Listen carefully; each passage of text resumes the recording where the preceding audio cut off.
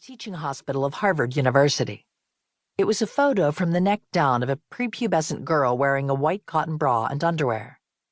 An 11-year-old girl was admitted to the hospital with a 104-degree fever and a rash, said Castleman. This was a Castleman case, a stump the expert extravaganza for Harvard physicians in training. Later, a summary would be published in the New England Journal of Medicine. Castleman continued with the girl's story. The patient was well until 6 days before admission, after a camping trip on the north coast of Boston with other Girl Scouts. Ticks were found on several of her companions, all of whom remained well. None were seen on the patient. He said that over the next 15 months, anorexia occurred, with a daily rise of temperature as high as 103 degrees Fahrenheit, a pinprick rash all over her body, muscle tenderness, and a weight loss of 11 pounds. 3 days before admission, the girl complained of aches in the knees and elbow and a shaking chill. 2 days before hospital admission, her temperature rose to 104 degrees Fahrenheit, and there were small, flat red spots over her ankles and soles of her feet. She complained of a mild frontal headache, and the evening before she was admitted, she vomited. Tests for rheumatoid factors and lupus were negative. He then ceded the floor to Dr. Richard Masters, a young assistant dermatologist who was the discussant in the hot seat of this session. Masters nervously moved to the front and looked out over a room full of medical professionals in white coats, observed from the walls by framed portraits of distinguished Harvard clinicians. He told them that the blood tests showed anemia, a mildly low white blood count, and low chloride. This was counter to what was typically seen in a severe bacterial infection. Masters cleared his throat and continued. I come back to the exposure to ticks.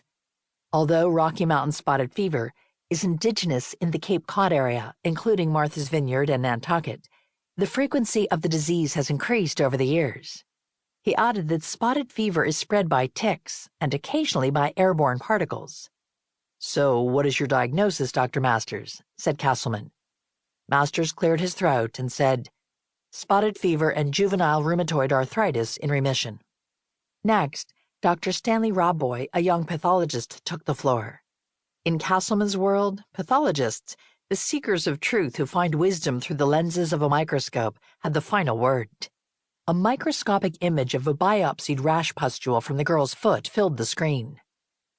Robboy showed several slides of cross-sectioned blood vessels in the skin, and then stated, the microscopical examination disclosed a marked lymphocytic infiltrate that cuffed almost every blood vessel in the papillary and reticular dermis.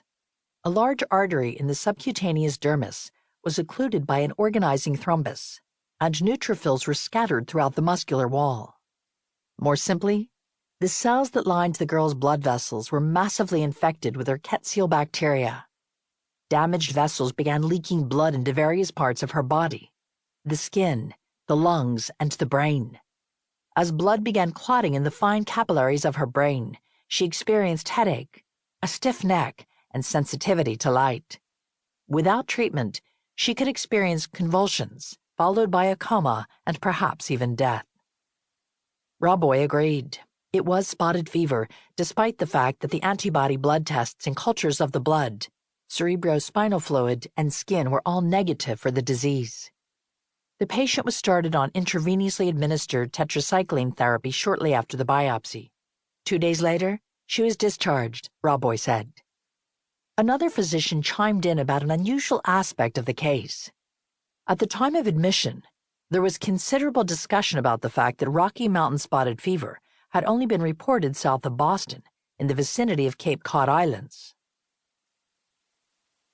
This was the first warning flare sent up by one of the most respected medical centers in the nation about the unusual outbreak of Rocky Mountain spotted fever.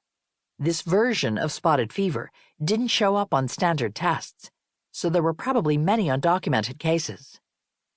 A year and a half later, the CDC issued a limited distribution memo about a worrisome spike in Rocky Mountain spotted fever cases on the southeastern end of Long Island.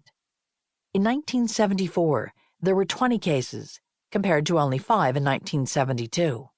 Then, in 1976, Suffolk County on Long Island set a new record for spotted fever: 40 confirmed cases and 4 deaths. In April alone, the island's state health department